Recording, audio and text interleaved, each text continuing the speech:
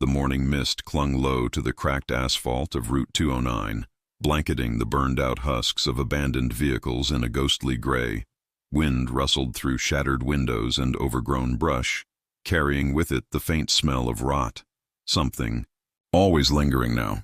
Tyler adjusted the grip on his crowbar and glanced behind him. Marcy was close, the barrel of her worn-out shotgun twitching with every sound. Behind her, the others followed.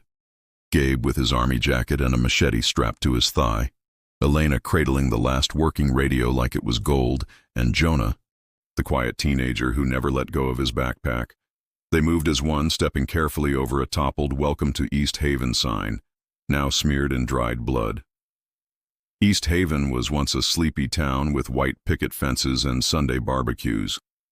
Now it was just another silent graveyard. "Check that diner," Tyler muttered, pointing to a cracked neon sign that read, "June's Kitchen." "Could be supplies." Gabe nodded and led the way, machete drawn. The group slipped inside the diner, weapons raised, eyes scanning every booth and corner. Dust hung heavy in the air. Plates still sat on tables, half-eaten pancakes, coffee mugs now full of mold. "Clear," Gabe said after a tense minute. Elena moved to the counter, flipping through an old ledger for no reason other than to touch something human. Marcy lowered her shotgun and exhaled. "I hate places like this. It's like time just froze." Tyler was about to respond when they heard it, a faint shuffling from the kitchen. Everyone froze. Gabe crept toward the swinging doors. He raised his hand, counted down from 3, then burst through. What followed was chaos. Snarls, metal clashing, a guttural scream. Tyler rushed in, one of them, pale, jaw dislocated, eyes milky, had launched itself at Gabe. The thing had no shoes, just bloody feet dragging across tile. It was fast, but Gabe was faster. His machete swung in a clean arc, taking off the creature's head. The body collapsed with a thud. Gabe was breathing hard. Just one. Must have been locked in here since the outbreak. Elena stared at the twitching hand still moving on the floor. "They don't die easy, do they?" "No," Tyler said. "They never do." Outside, a low groan echoed from the woods. One groan turned into 2, then 4, then dozens. "They heard that," Jonah said quietly, peering through a cracked window. Marcy cursed. "We need to move, now." Tyler nodded. "Back door, no gunfire unless you have to." As they fled through the rear exit, the undead horde began to descend on East Haven, dragging their ruined limbs through the mist, drawn, not just by sound, but by the scent of the living. They ran without speaking, feet pounding against mossy forest ground, hearts thudding in their ears. The cries of the dead grew distant behind them, swallowed by the trees, but no one slowed down. Tyler led the way through the pine forest, moving, like he'd done this 100 times before. And he had. At least 36 towns in the past 5 months. 36 chances at shelter, food, hope, all of them lost. When they finally stopped, the sun had dipped behind the trees, and the air had taken on that coppery chill that always came before nightfall. "This'll do," Tyler said, pointing to an overgrown ravine. A collapsed drainage pipe jutted from the earth like a steel mouth, narrow but dry. Marcy groaned, wiping sweat from her brow. "You want us to sleep in that thing? Unless you'd rather cuddle up with the walking corpses behind us." Jonah was already crawling inside. "It's warm." Elena sat down heavily on a rock, her radio clutched tight. She hadn't gotten a signal in weeks, but every night she tried. Every night she hoped. "We shouldn't have stayed in East Haven. We pushed it too far." Gabe pulled out a can of beans and passed it around. "We're alive. That's the only scorecard that matters anymore." They ate in silence. Then Jonah asked the question that had been festering for days. "Do you think the cities are still standing?" No one answered right away.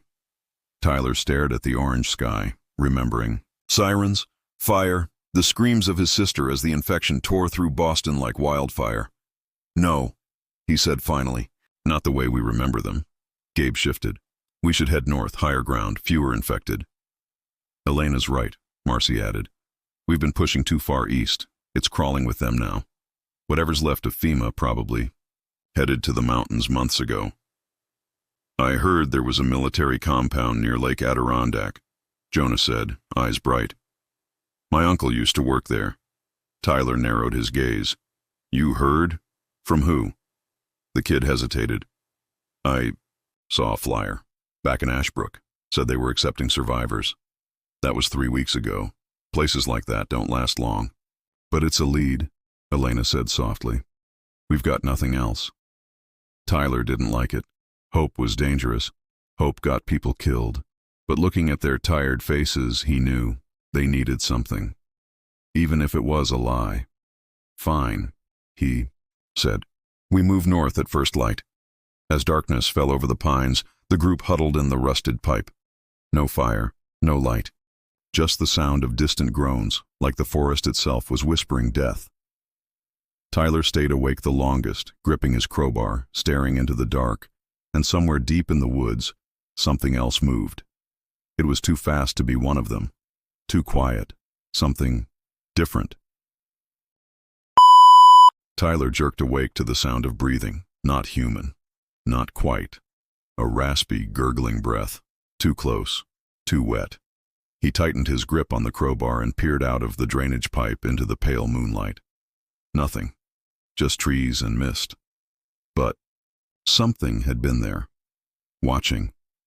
He crawled out, scanning the tree line. That's when he noticed it. Footprints in the dirt. Bare, like a walker's, but lighter. More deliberate. Like it knew where it was stepping. Behind him, Jonah stirred.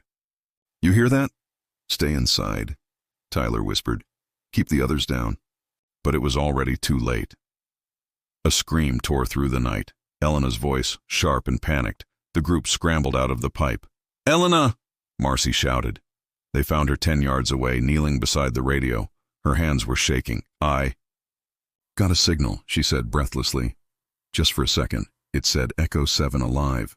Base still holding Northern Ridge. Then static. Are you sure? Gabe asked. I swear to God it was a military voice. They're out there. Tyler's eyes narrowed. Someone knew where we were. Something was out here before. You screamed. Jonah looked around, panicked. You think it was a person? I think it was worse than a person. A branch snapped deep in the trees. Everyone raised their weapons. Then came the moaning, closer this time. Dozens. Maybe more. They didn't have time to argue. Move, Tyler yelled. They bolted through the trees, lungs burning, packs bouncing. Behind them, the forest came alive with the sound of snapping twigs and inhuman groans. Marcy tripped, landing hard on a root. Gabe doubled back, lifting her to her feet, just as a walker lunged from the shadows. Blam! Marcy fired. The shot echoed like a death bell. Damn it, Tyler hissed. That just rang the dinner bell. But there was no time to scold. They reached a small hunter's cabin tucked between boulders, a forgotten outpost of a world that no longer existed. They burst inside, slammed the door, and barricaded it with a broken dresser and metal shelving. Silence fell, until a soft tap, tap, tap on the cabin wall. Not claws, not scratching, knocking. 3 slow, deliberate knocks. Then silence. The group stared at each other, breath held. Zombies didn't knock. The cabin was no bigger than a single room. 1 dusty window, 1 entrance. A rusted wood stove sat in the corner, useless without fuel. Marcy paced like a caged animal. Zombies don't knock, Tyler. You know that, right? He nodded, jaw clenched. I know. Gabe secured the last makeshift barricade. Could have been wind. That was not wind, Jonah said quietly, staring at the wall where the knocking came from. It was a pattern, 3 knocks, like a signal. Tyler didn't like the direction this was going. We're all tired. We've been running on fumes for days, sleep in shifts. We move at dawn. No one argued, but no one slept either. Hours passed. Somewhere in the dead of night, a storm rolled in. Thunder rumbled, rattling the window pane. Rain dripped from the broken roof and pooled on the wooden floor. Tyler opened his eyes. Someone was missing. Elena? No answer. He woke the others. She's gone. Gabe's face went pale. She wouldn't just leave. They searched the cabin. Then the perimeter, tracks in the mud, bare feet, heading into the trees. She followed it, Marcy whispered. Whatever knocked, she went after it. Jonah looked like he was about to break. She heard that broadcast. You think she thought maybe someone came for her? Tyler didn't want to believe it, but it fit. Hope made people do stupid things. We're going after her, he said. Marcy grabbed his arm. What if it's a trap? He looked at her dead in the eyes. Then we spring it. They armed up and stepped into the storm. 20 minutes into the forest, the group stumbled upon a small clearing. In the middle stood a decaying deer carcass, torn open, its insides spread in a perfect circle. Ritualistic. No sign of Elena. But next to the body was something worse, a walkie-talkie. Hers. Jonah picked it up and pressed the button. Static. Then, help. Northern Ridge. Don't trust them. More static. Then silence. Gabe cursed under his breath. She was trying to reach us. Or someone was mimicking her signal, Marcy said, wiping rain from her face. This whole thing, someone's hunting survivors. The trees around them creaked like they were breathing. We have to go, Tyler said. Now. As they turned to leave, a new sound cut through the storm. Laughter. A slow, guttural laugh echoing through the trees. Not quite human. Not quite alive. Jonah froze. What the hell was that? Tyler didn't answer. He just raised his crowbar and started running. Dawn bled slowly across the sky. A dull, wounded light creeping through the trees. The forest smelled of wet bark and old rot. The group had moved all night, tired feet dragging, eyes scanning every shadow. We're not going to find her, Gabe muttered, wiping blood off his sleeve. If she's out here, she's already gone. Don't say that, Jonah snapped. You don't know. I know what I've seen, Gabe growled. And I've seen enough dead to know how the living disappear. Tyler said nothing. He was listening. The forest wasn't silent anymore. It was breathing, groaning, something moving beneath the trees. And then he saw it. Footprints, not booted, not bare, clawed. He knelt, pressing his fingers into the mud. These aren't normal. Something's tracking us. Marcy knelt beside him. You think it's one of them? Not one of the usual ones. That's when the cry came. Jonah screamed. The group spun around, but he was gone. No gunfire, no scuffle. Just a gurgling yelp and an echo swallowed by the trees. Jonah! Marcy yelled, already sprinting into the forest, but there was nothing. Only blood. Only silence. Only the faint, unmistakable sound of something wet moving away, dragging. No way he went far, Gabe said. Whatever took him left a trail. They followed it. For 15 minutes. Then they found something worse than death. His radio broken in half, his hat soaked in blood, and next to them, a symbol carved into a tree, a triangle with 3 downward lines. Tyler stared at it. I've seen this before. It was spray-painted on the wall back in Ashbrook. Red paint. Same symbol. What the hell does it mean? Marcy whispered. Gabe exhaled sharply. It means someone's watching us, someone who knows how to herd prey. They didn't sleep that night. They circled back to the cabin, hoping for shelter, only to find it burned, smoke still curling up like fingers into the morning sky. Inside the ashes, something had been written in the soot. You're being cleansed. Meanwhile, Elena opened her eyes. She was underground, cold. The walls around her were concrete, slick with condensation. She tried to move. Her wrists were bound. Footsteps echoed. A door creaked open, revealing a man in a gas mask, full-body armor. Military, but not U.S. military. On his chest, a patch that read, Project Calyptra. Elena Burns, he said through the static hiss of his respirator. Welcome back. Where am I? She croaked. Safe, he said. For now. He removed his mask, and Elena screamed because the face underneath had no eyes. The air was thicker now. Tyler could feel it in his lungs, heavy, electric, as if the forest itself was watching. Every branch looked like a claw, every shadow like it was about to move. They buried Jonah's hat beneath a mound of rocks. It was all they had left of him. "We're losing people like flies," Gabe muttered. "And no one's even dying like normal anymore. They just vanish." Marcy stared into the fire. "Whatever's out there, it's not just hunting us. It's testing us." Tyler didn't reply. His eyes were locked on the tree line, and that's when he saw it. A figure, tall, hunched, just barely visible through the trees, but it didn't move like a walker. It moved like it was waiting. He stood up slowly. "We're not alone." The others looked, but by the time they turned, the figure was gone. Underground. Unknown location. Elena sat alone in the metal room. The man with the eyeless face had not returned, but others had. All wore masks. All carried weapons. But none of them spoke to her. She began to notice small details: wires leading into the wall, cameras in the ceiling corners, an IV bag that dripped slowly, even though it wasn't connected to her, and one word etched into the steel wall beside her bed: oblivion later. When the lights flickered, she heard something through the vents. Not words. Screams. Not one voice. Hundreds, as I guess. If the facility were built above hell. Back in the woods, the group stumbled upon a concrete road partially hidden under moss.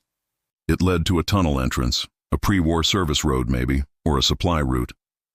But over the arch, something had been written in charcoal. "Beyond here they remember." Gabe raised an eyebrow. "The hell does that mean?"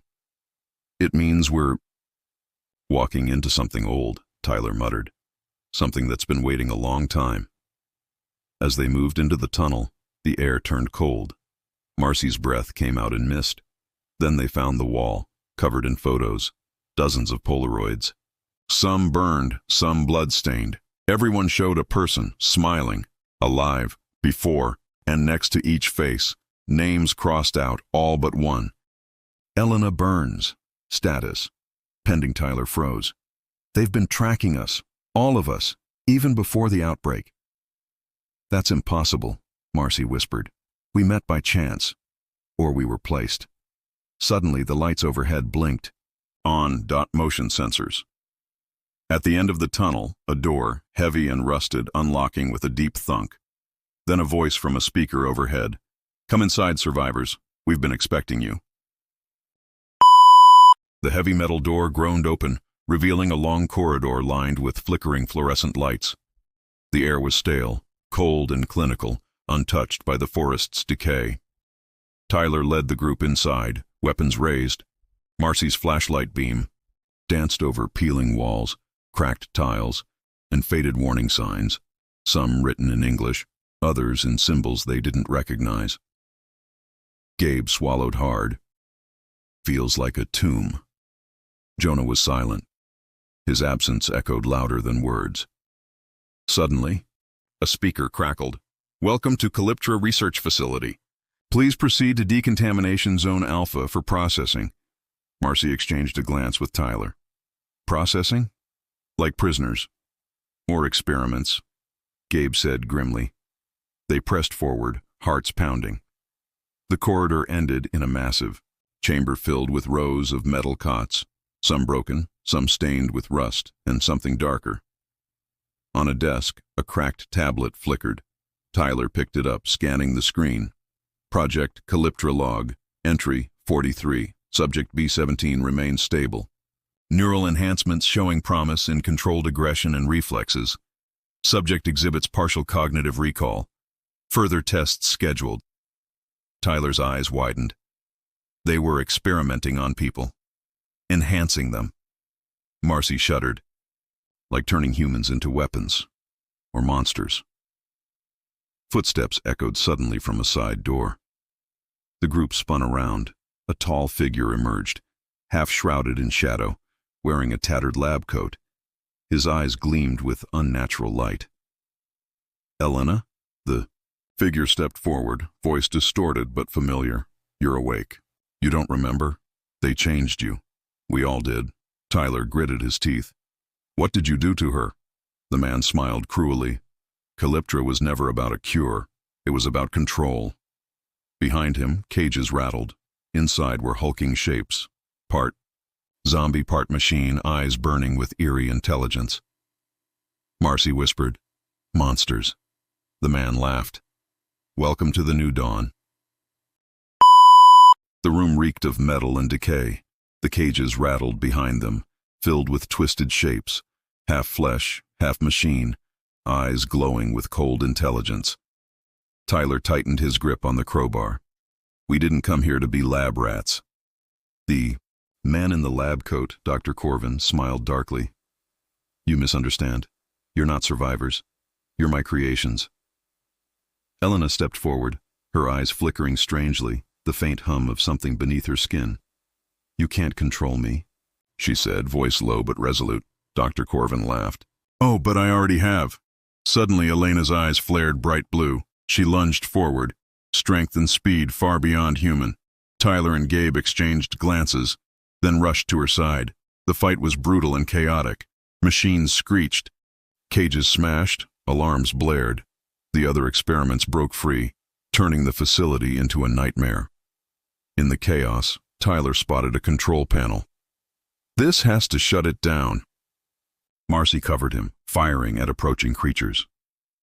With trembling hands, Tyler flipped switches and punched buttons. Lights flickered. The hum of the facility began to die. Dr. Corvin screamed, enraged. Elena fought through her own programming. Every second, a battle for her soul. At last, the facility powered down. The creatures slowed, then collapsed. Silence. The survivors stood in the dim light of dawn, breaking through cracked windows. Tyler looked at Elena. "Are you still you?" She smiled faintly. "I think so." Gabe wiped sweat from his brow. "We're alive. We made it." Marcy nodded. "But the world we knew? It's gone." Tyler stepped outside, breathing the cold morning air. The forest was quiet, but the future was uncertain. "We'll build again," he said. From the ashes, the Andi sun rose over the ruins, warm, fragile, a last light in a broken world.